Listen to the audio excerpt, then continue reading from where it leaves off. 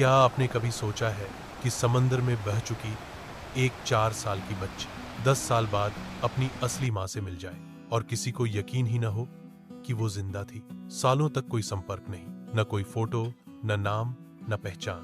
पर फिर एक फोटो एग्जीबिशन में एक औरत की नजर एक तस्वीर पर रुकती है। उसकी आंखें कहती हैं, ये मेरी बेटी है।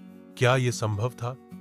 क्या कोई बच्चा 10 साल तक अपनी पहचान के बिना जी सकता है? क्या माँ की ममता वाकई इतना गहरा रिश्ता है जो हजारों चेहरों में अपनी औलाद को पहचान सके?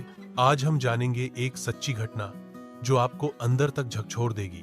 26 दिसंबर 2004 संडे की सुबह थी। तमिलनाडु के तटीय इलाकों में लोग सामान्य दिनचर्या में व्यस्त थे, लेकिन इंडियन ओशन के नीचे 9.1 रिक्टर स्केल का भूकंप आया, इतना शक्तिशाली कि धरती हिल उठी।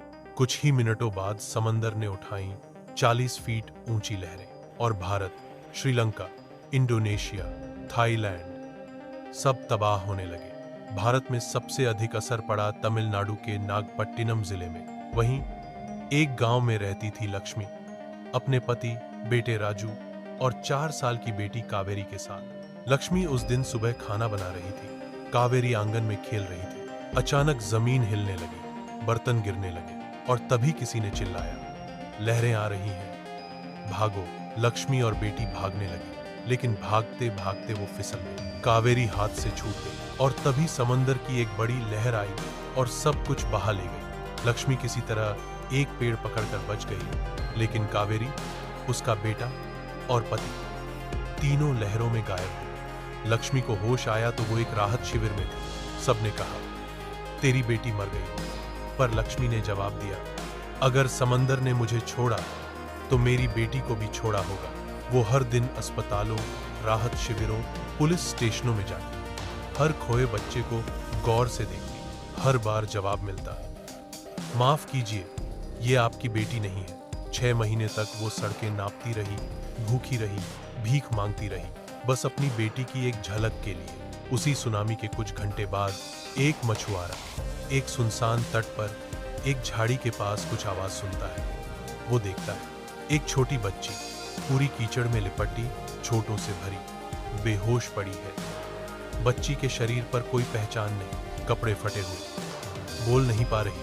वो उसे एक अंगो को सौंप देता है। अंजू उस बच्ची को चेन्नई ले जाती है और हॉस्पिटल में भर्ती कराती है। जब ठीक होती है तब नाम पूछा जाता है। बच्ची चुप, किसी को नहीं पता उसका नाम। घर, माता, पिता गो उसे नया नाम देता है, जया। असली नाम कावेरी। धीरे धीरे बढ़ने लगती है। वो अनाथ बच्चों के साथ बड़ी होती है, लेकिन उसके दिमाग में कुछ चीजें कभी नहीं जाती। लाल रंग की साड़ी, अम्मा की आवाज, समंदर और एक टूटता घर। किसी ने उसे कावेरी कहा था, लेकिन सभी उसे जय बुलाते हैं। वो कभी कभी अकेले बैठकर रोती है। उसे कुछ याद आता है, लेकिन पूरा नहीं। चेन्नई में सुनामी की 10वीं बरसी पर एक एनजीओ ने सुनामी सर्वाइवर फोटो एग्जीबिशन आयोजित किया। यहाँ 2004 से अब तक के बचाए गए बच्चों की तस्वीरें और कहानियां लगाई गई। लक्ष्मी वहां पहुंची। अब वह बूढ़ी हो चली थी, लेकिन दिल में एक उम्मीद अब भी जिंदा थी। तभी एक तस्वीर पर उसकी नजर रुक गई। वो जया की तस्वीर थी। उसने कांपती आवाज में कहा, ये मेरी कावेरी है। सभी चौंक गए, किसी को यकीन नहीं हुआ। एनगो ने मामले को गंभीरता से लिया। डीएनए टेस्ट करवाया गया, रिपोर्ट आई और सब सन्न रह गए। डीएनए रिपोर्ट पॉजिटिव थी, जया ही कावेरी थी।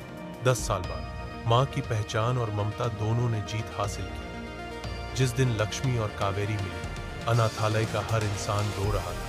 लक्ष्मी जमीन पर गिर गई। भगवान ने मेरी कावेरी को लौटा दिया।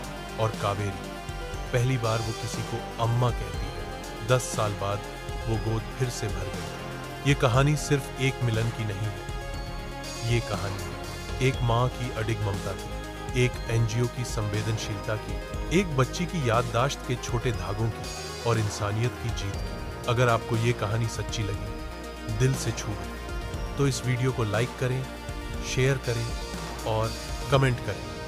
माँ जैसा कोई नहीं।